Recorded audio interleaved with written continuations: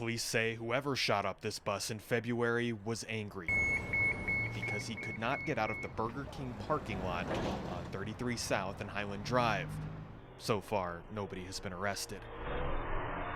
We're all in a hurry to get somewhere. You've got your Whopper. This man didn't deserve this. The bullets did not hit the driver, but he was scared.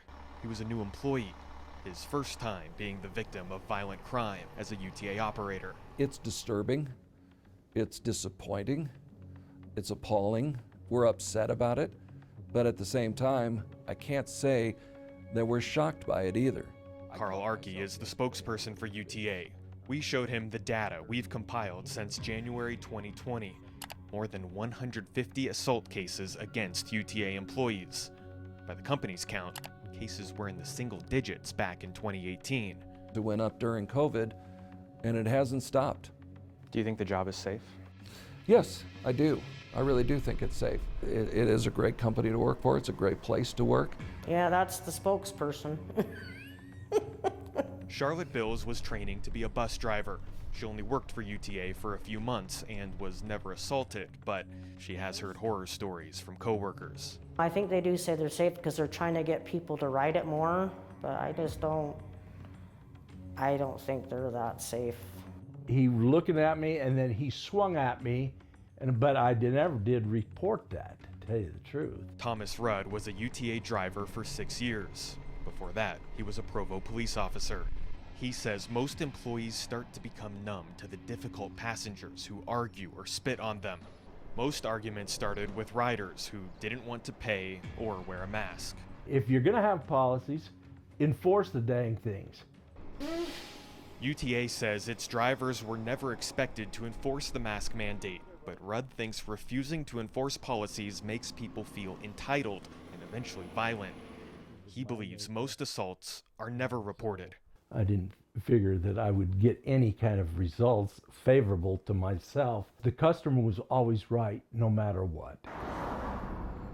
Back at the Burger King near Highland Drive, this UTA driver's friend and coworker reported he had PTSD, that he needed more counseling, and that both UTA and the union were rushing him back to work too quickly. From UTA's standpoint, he wasn't being forced back to work.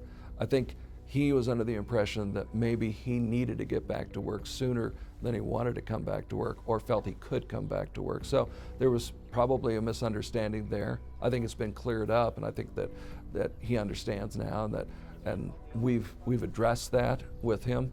UTA says it does provide counseling and allows employees to receive workers' compensation if it's approved.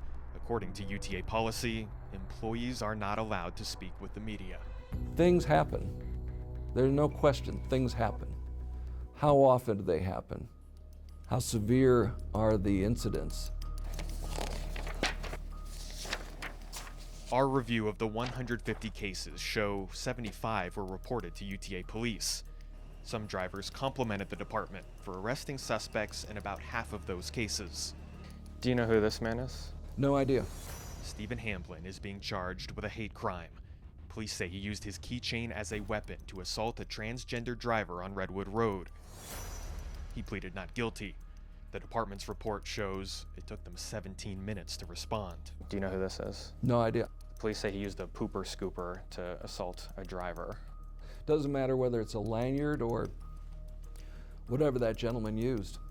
It's all unacceptable. In that case, police say it took them 2 minutes to respond, but records show on average, assaults on UTA workers take the department 12 to 12 and a half minutes to arrive. Should UTA be happy with a more than 12-minute response time? Heavens no, I wouldn't think so. An acceptable one would be within 2 to 3 minutes. Does that seem slow to you, 12 and a half minutes? No, and I'll tell you why. Our police department does an amazing job. They're covering a system that stretches from Provo, Utah up to Ogden, Utah, and goes from Tooele up to Park City. That's a lot of ground to cover. Typically, only UTA police respond to cases involving buses or trains, although sometimes they will call another agency to see if officers can get there faster. Rudd says UTA police fall behind because there's too much crime and not enough officers.